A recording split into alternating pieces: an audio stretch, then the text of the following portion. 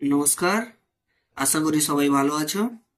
আমি নিয়ে এসেছি এবিটিএ টেস্ট পেপারের একটি স্কুলের প্রশ্ন এবং উত্তর।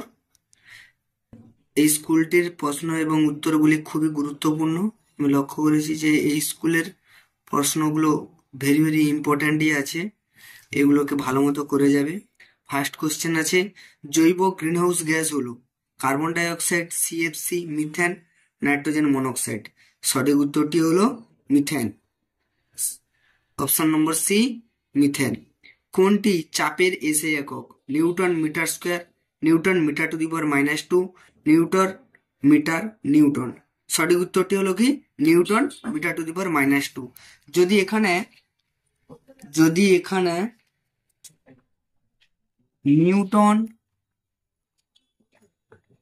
নিউটন পার মিটার স্কোয়ার বা পাস্কালও থাকতো, তাহলে এটি কি চাপের এসআই একক। Pascal, newton per metre square, যেটাকে পাস্কেল বলা হয়, এটা কি গ্যাসের চাপের একক। যদি এটা সিজিএস হতো, এটা ডাইন পার সেমি স্কোয়ার। ঠিক আছে, তাহলে এখানে সঠিক উত্তরটি কি হবে? এখানে সঠিক উত্তরটি হবে newton into metre to the power -2। দেখো, তারপরের কোশ্চেন আছে, গ্যাসের আণবিক ভর এম ও বাষ্প ঘনত্বের সম্পর্কটি হলো।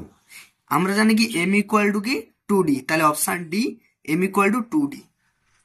কোনটির তাপ পরিবাহিতা সর্বাধিক? রূপো, হিরে, তামা, অ্যালুমিনিয়াম। সঠিক উত্তরটি কি হিরে। হিরের তাপ পরিবাহিতা সর্বাধিক। মানুষের সুস্থ চোখের স্পষ্ট দর্শনের ন্যূনতম দূরত্ব কত? এটা কত হবে? না, হবে 2.5 সেন্টিমিটার। আচ্ছা, এই কোশ্চেনটা একটু আরেকবার দেখে নাও। মানুষের সুস্থ চোখে স্পষ্ট দর্শনের ন্যূনতম দূরত্ব হলো, এটা 25 সেন্টিমিটার, অর্থাৎ 0.25 মিটার। উত্তরটির দিকে লক্ষ্য রাখবে, 0.25 মিটার। 0.25কে 100 দ্বারা যদি ভাগ করে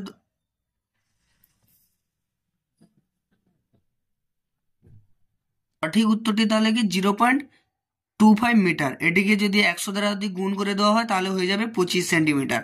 আমরা জানি সুস্থ মানুষের চোখের দর্শনের ন্যূনতম দূরত্ব কত? 25 সেন্টিমিটার। কোনো আলোক রশ্মির একটি স্বচ্ছ কাঁচের স্ল্যাবের উপর লম্বভাবে আপতিত হলে এর চ্যুতি কোণ হবে 0 ডিগ্রি, 180 ডিগ্রি, 30 ডিগ্রি, 90 ডিগ্রি। সঠিক উত্তরটি হলো কি 0 ডিগ্রি। ফিউজ তারের বৈশিষ্ট্য হলে কি? না রোধ উচ্চ, গলনাঙ্ক উচ্চ, এটা। না রোধ নিম্ন, গলনাঙ্ক নিম্ন, এটা। না রোধ উচ্চ, গলনাঙ্ক নিম্ন। না ডি, রোধ নিম্ন, গলনাঙ্ক উচ্চ। তাহলে কি উচ্চ রোধ, অর্থাৎ রোধ উচ্চ, গলনাঙ্ক নিম্ন। সি, অপশন নম্বর সি উত্তরটি সঠিক। ফিউজ তারের বৈশিষ্ট্য হলো উচ্চ রোধাঙ্ক ও নিম্ন গলনাঙ্ক।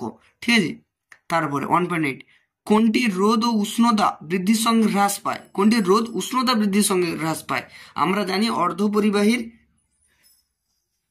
রোধ উষ্ণতা বৃদ্ধির সঙ্গে হ্রাস পায়। অর্ধপরিবাহীর উদাহরণ হিসেবে আমরা কি জানবো? আমরা জানবো জার্মেনিয়াম, সিলিকন ইত্যাদি। ঠিক আছে, তেজস্ক্রিয় পরমাণু থেকে বিটা কণা নিঃসরণের ফলে উৎপন্ন পরমাণুর ভর সংখ্যা বাড়ে, ভর সংখ্যা কমে। পারমাণবিক সংখ্যা বাড়ে, পারমাণবিক সংখ্যা কমে। ভর সংখ্যা কি হয়? বাড়ে, 1 একক করে ভর সংখ্যা বাড়তে থাকে।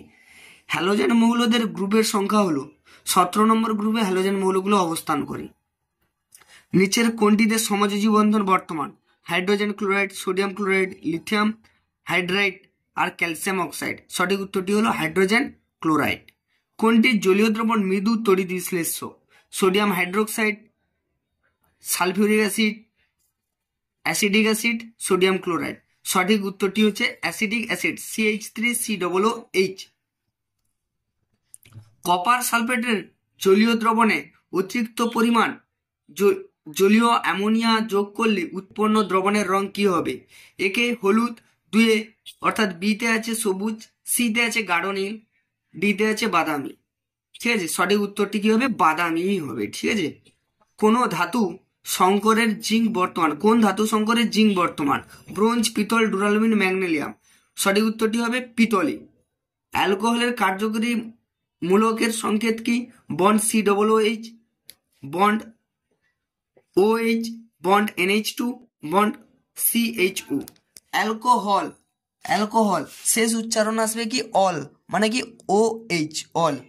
ঠিক আছে, OH, অল। আমরা প্রথমে অল অর্থাৎ কি এটা কি অ্যালকোহল অর্থাৎ কি এটা অ্যালডিহাইড গ্রুপের মধ্যে, অ্যালকোহল গ্রুপের মধ্যে পড়ছে, সরি অ্যালকোহল গ্রুপের মধ্যে পড়ছি। ঠিক আছে, তারপরে আসছে কি অ্যালডিহাইড,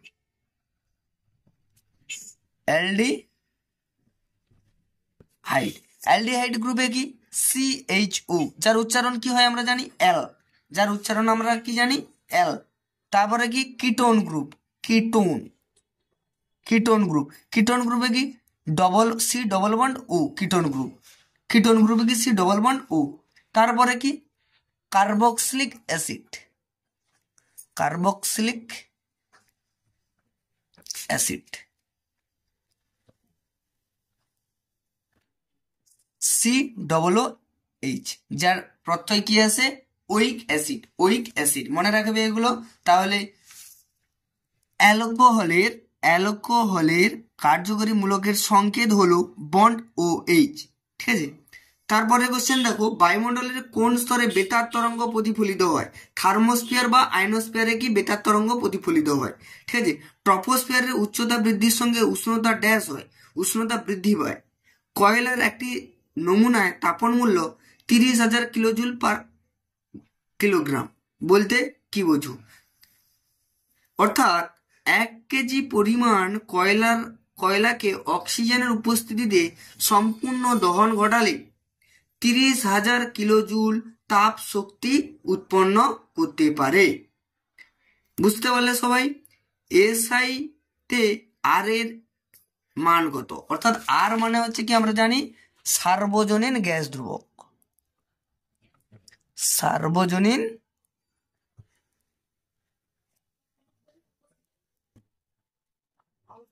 গ্যাস ধ্রুবক, ব্র্যাকেটে কি আর। এটা SI পদ্ধতিতে মান 8.314 joule mole inverse kelvin inverse. ঠিক আছে, এটা CGS এ কি একই থাকবে 8.314 erg, sorry 8.314 into 10⁷ erg mole inverse kelvin inverse. ঠিক আছে, এটা ব্যবহারিক একক কি 0.082 litre atmosphere mole inverse kelvin inverse. ঠিক আছে, ভালো মতো দেখে নাও এগুলো, 0.082 litre atmosphere mole inverse kelvin inverse. ঠিক আছে, নেক্সট কোয়েশ্চেনটির দিকে দেখো, চার্লসের সূত্রে ভি বনাম ক্যাপিটাল ডি লেখচিত্রের প্রকৃতি কি হবে? না, চার্লসের সূত্রে ভি বনাম ক্যাপিটাল ডি লেখচিত্র। আগে জানবে চার্লসের সূত্রে দুটো লেখচিত্র আছে, একটি হলো ভি বনাম ক্যাপিটাল টি। ভি বনাম ক্যাপিটাল টি লেখচিত্র কি না হচ্ছে মূল বিন্দুগামী, এইখানে থাকবে 0 কেলভিন, এটা লিখতে ভুলবে না কেউ, 0 কেলভিন। ঠিক আছে, আর একটা কি না হচ্ছে ভি বনাম স্মল ডি লেখচিত্র। কিসের লেখচিত্র? Small tea. স্মল ডি লেখচিত্র কি হবে না হবে একটা কি মূল, এইখানে থাকে 0°C, কিন্তু 0°C সমস্ত গ্যাসের আয়তন শূন্য হয় না, কি লাগে সেটা -273°C, যেটা পিছিয়ে আসতে হয়। তার জন্য এটা এই লেখচিত্রের প্রকৃতি কি কাল্পনিক সরলরেখা, এটা কাল্পনিক সরলরেখা। কিন্তু ভি বনাম ক্যাপিটাল ডি লেখচিত্র কি মূল বিন্দুগামী সরলরেখা।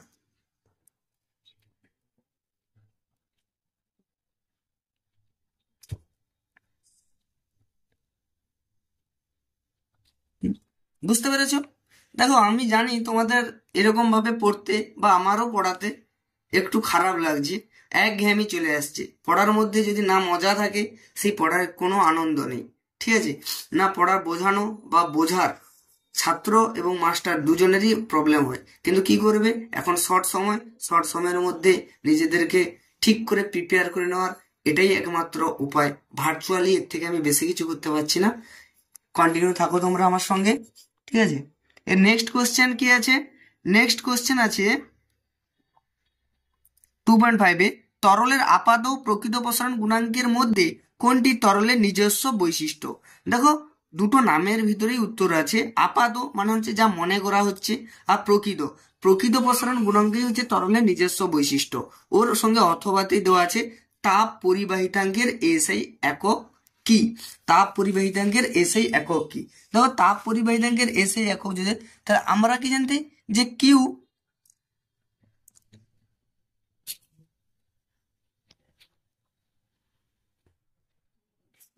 আচ্ছা আমরা কি জানি তাপ পরিবাহিতাঙ্ক কে ইকুয়াল টু, আমরা জানি কে, একটু ভালো মতো দেখো, কে ইকুয়াল টু আমরা জানি QD whole A theta two minus theta one L, theta two minus theta one T, ঠিক আছে, থিটা ওয়ান টি। এর লেখাটা দেখতে পাচ্ছ কিনা দেখো এটা। তাহলে আমরা দেখো এখানে বেদ দৈর্ঘ্য আর এখানে ক্ষেত্রফল যদি আমরা কেটে দিই তাহলে নিচে একটা দৈর্ঘ্য পড়ে থাকবে। তাহলে উপরে যখন আমাদের একক জিজ্ঞেস করবে তখন আমাদের আসছে কি ক্যালোরি, ঠিক আছে। যদি আমাদের এসআই একক যদি দিতে বলে তাহলে শক্তির এসআই একক কি জুল, জুল, মিটার ইনভার্স, ঠিক আছে, kelvin inverse, second inverse, kelvin inverse, second inverse. এই জুল সেকেন্ড ইনভার্সটাকে আমরা বলে থাকি watt, metre inverse, kelvin inverse. কেউ যদি লেখে joule kelvin inverse, joule metre inverse, kelvin inverse, second inverse, এটাও ঠিক। আবার কেউ যদি লেখে joule watt metre inverse, kelvin inverse, এটাও ঠিক, ঠিক আছে। নেক্সট কোশ্চেনের দিকে যাওয়া যাক। নেক্সট কোশ্চেনটি আছে আলোর বিচ্ছুরণের একটি প্রাকৃতিক উদাহরণ দাও। দেখো আলোর বিচ্ছুরণের একটা প্রাকৃতিক উদাহরণ হচ্ছে রামধনু। রামধনু হচ্ছে আলোর প্রাকৃতিক বিচ্ছুরণের একটা প্রাকৃতিক উদাহরণ, ঠিক আছে। কোন লেন্সের সাহায্যে হ্রস্ব দৃষ্টি প্রতিকার করা হয়, অর্থাৎ কাছের বস্তুকে দেখা যায়। অবতল লেন্সের সাহায্যে কি হয়, কাছের বস্তুকে দেখা যায়। এই ত্রুটিটাকে আমরা দূর করি অবতল লেন্সের সাহায্যে। যদি দীর্ঘ দৃষ্টি বলতো তাহলে কি হতো না, দীর্ঘ দৃষ্টি বললে কি হতো না উত্তল লেন্স, ঠিক আছে। যদি তারপরের কোশ্চেন, যদি তড়িৎ প্রবাহের অভিমুখ বিপরীত করা হয় তাহলে বাল্যচক্রের গতিতে কি পরিবর্তন ঘটবে? না বাল্যচক্রের গতিটা বিপরীতমুখী হবে, ঠিক আছে। যদি বলা হচ্ছে তড়িৎ প্রবাহ এবং হচ্ছে উভয়ই হচ্ছে, যদি উভয়কে যদি বিপরীতমুখী করা হয় তাহলে কি হতো না, তাহলে হচ্ছে অপরিবর্তিত থাকতো। কিন্তু এখানে কি হয়েছে, তড়িৎ প্রবাহকে, কেবলমাত্র তড়িৎ প্রবাহকে কি করা হয়েছে না বিপরীত করা হয়েছে, তাই এটি কি হবে বিপরীত দিকে, বাল্যচক্রের ঘূর্ণন কি হবে বিপরীত দিকে ঘটবে। Next question, that is the popular question, ঠিক আছে। ডায়নামোতে কোন ধরনের শক্তি তড়িৎ শক্তিতে রূপান্তরিত হয়? না ডায়নামোতে তড়িৎ শক্তি যান্ত্রিক শক্তিতে রূপান্তরিত হয়। একটু যদি উদাহরণ নিয়ে নাও, একটা পাখাতে যদি তড়িৎ দেওয়া হয় বা হচ্ছে চার্জের প্লাগে যদি লাগানো হয় তাহলে দেখতে হবে পাখাটা কি হবে, তড়িৎ শক্তি এসে কি হবে, পাখাটা ঘুরতে শুরু করবে। তাহলে কি হবে, তড়িৎ শক্তিটা কি করলো না যান্ত্রিক শক্তিতে রূপান্তরিত হয়ে গেল, ঠিক আছে। এরপরের কোশ্চেন 2.10, পারমাণবিক চুল্লিতে কোন ধরনের নিউক্লিয় বিক্রিয়ার সাহায্যে শক্তি উৎপাদিত হয়? না হচ্ছে নিউক্লিয় বিভাজন। পারমাণবিক চুল্লিতে নিউক্লিয় বিভাজন ঘটে, হাইড্রোজেন বোমায় হচ্ছে কি নিউক্লিয় বিভাজন ঘটে। কিন্তু সূর্য এবং যে কোনো নক্ষত্রেতে কি ঘটে না নিউক্লিয় সংযোজন ঘটে। একটি প্রাকৃতিক তেজস্ক্রিয় মৌলের উদাহরণ দাও। একটি প্রাকৃতিক তেজস্ক্রিয় মৌল হচ্ছে প্লুটোনিয়াম, রেডিয়াম, থোরিয়াম ইত্যাদি। দেখো 2.11 দেখো একটা স্তম্ভ দিয়েছি। স্তম্ভগুলো খুবই চিনতে পারছো, আশা করছি আমার কাছে যারা পড়াশোনা করেছো তারা এইসব কোশ্চেনগুলো অসুবিধা হচ্ছে না, তারা খুব ভালো মতো পারছো আশা করবো। আর যদি পারো তোমরা কমেন্টে জানাবে যে তোমরা পারছো কি পারো নি, ঠিক আছে। তাহলে আমি বুঝতে পারবো যে তোমরা পারছো কি পারো নি, ঠিক আছে। নেক্সট কোশ্চেনে যাওয়া যাক।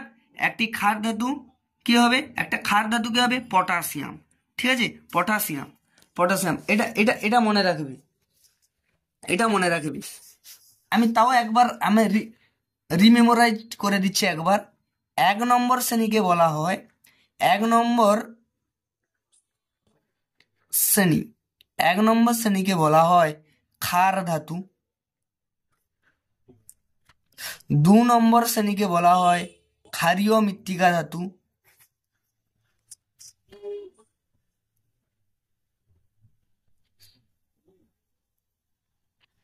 2-এর পরে কি আধুনিক পর্যায় সারণীতে 2-এর পরে আর কিন্তু 3 বলে কোনো শব্দ আসে না, 13 চলে আসে, ঠিক আছে। 13 নম্বরকে বলা হয় বোরন পরিবার।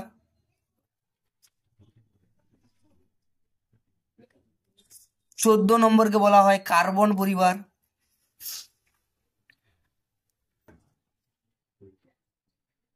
পরিবার 15 নম্বরকে বলা হয় নিকটোজেন বা নাইট্রোজেন পরিবার।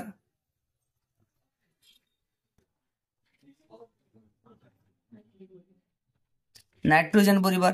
16 নম্বরকে বলা হয় সালফার পরিবার, সরি অক্সিজেন পরিবার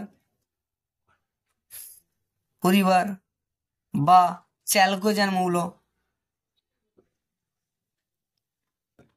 চ্যালকোজেন মৌল। 17 নম্বরকে বলা হয় হ্যালোজেন পরিবার। 18 নম্বরকে বলা হয় নিষ্ক্রিয় বা নোবেল বা বিরল গ্যাস।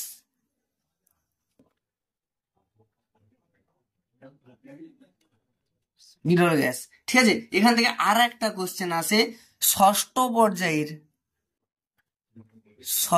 পর্যায়ের লুথিয়াম থেকে সিজিয়াম পর্যন্ত মৌলগুলিকে ল্যান্থানাইট বা বিরল মৃত্তিকা বলা হয়। বিরল মৃত্তিকা বলা হয়।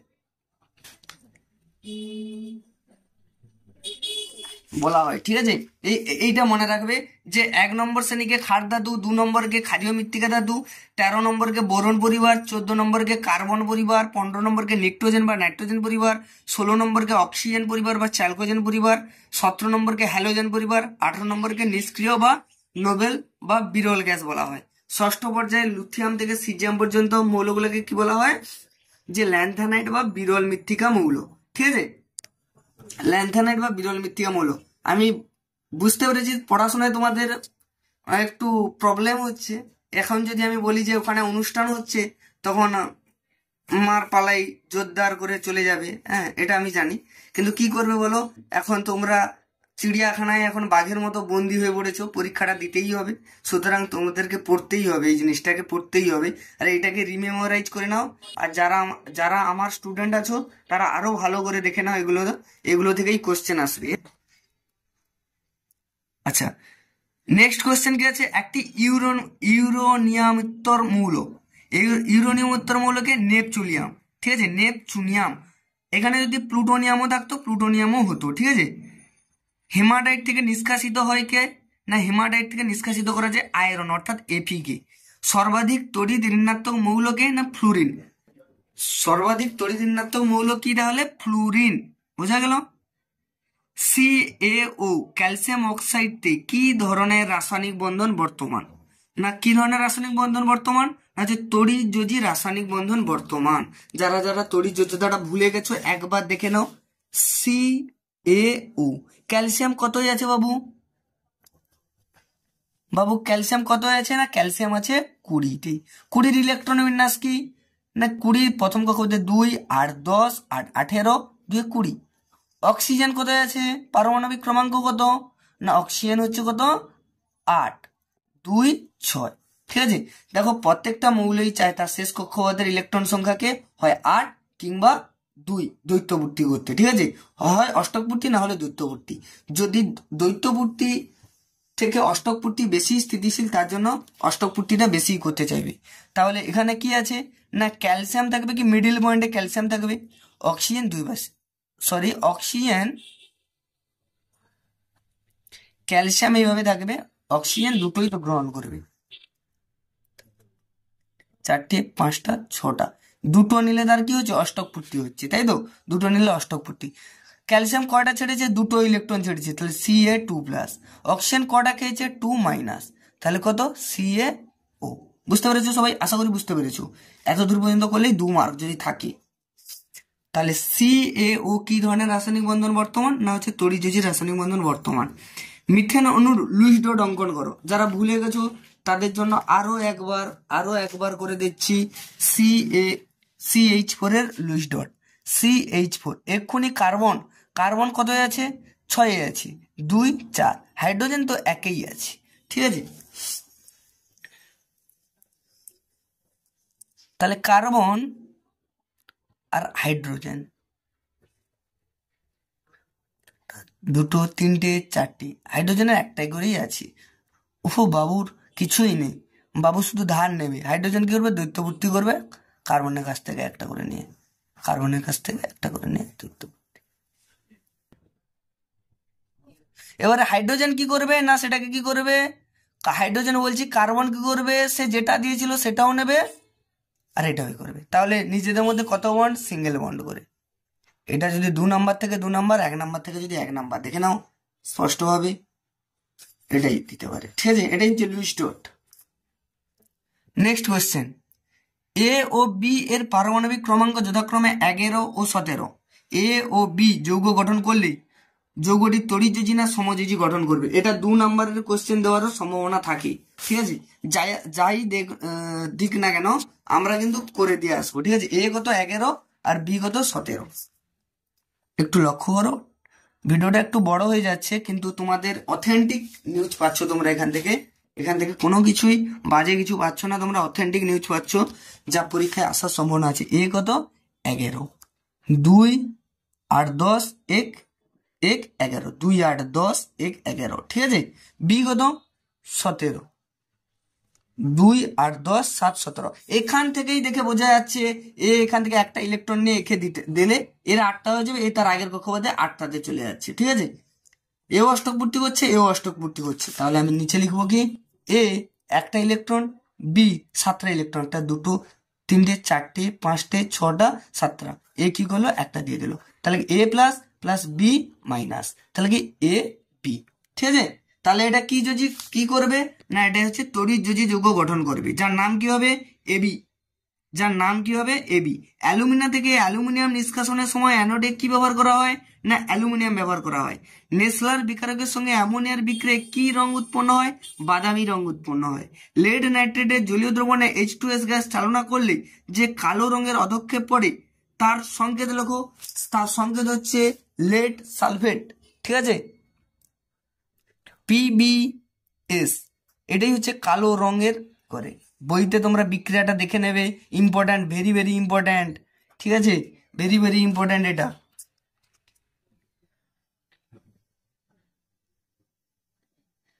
নেক্সট কোয়েশ্চেন, আম্লিক পটাশিয়াম ডাইক্রোমেটের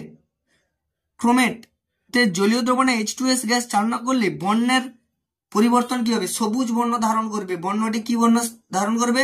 সবুজ বর্ণ ধারণ করবে। নেক্সট যে দুটো কোশ্চেন আছে, এই দুটো কোশ্চেনের উত্তর আমি বলছি না, যারা যারা জানবে, বিশেষত যারা যারা আমার কাছে পড়েছো তারা তো অতি অবশ্যই জানবে। সবাই আমাকে কমেন্টে জানাও 2.17-তে, সবাই সবাই আমাকে জানাবে 2.17-তে জানাবে CH3CH2COOH যৌগটির আইপ্যাক নাম কি হবে। আর CH3CH2OH এর একটি সমবায় গঠনের গঠন সংকেত লেখো। আর 18 নম্বরেরটা অতি অবশ্যই জানাবে কমেন্টে সবাই। 17 এবং 18 নম্বরটি আমি কমেন্ট চেক করব, যারা যারা জানবে তারা তারা অতি অবশ্যই কমেন্টে জানাও সিএনজির পুরো নাম আর CH3CH2COOH যৌগটির আইপ্যাক নাম। ঠিক আছে, এরকম ধরনের ভিডিওটি পেতে হলে আমার চ্যানেলটিকে সাবস্ক্রাইব করো, আর পছন্দ যদি হয় একটি লাইক অতি অবশ্যই দিও। ঠিক আছে, আর কমেন্টে সবাই জানিও এই উত্তর দুটি।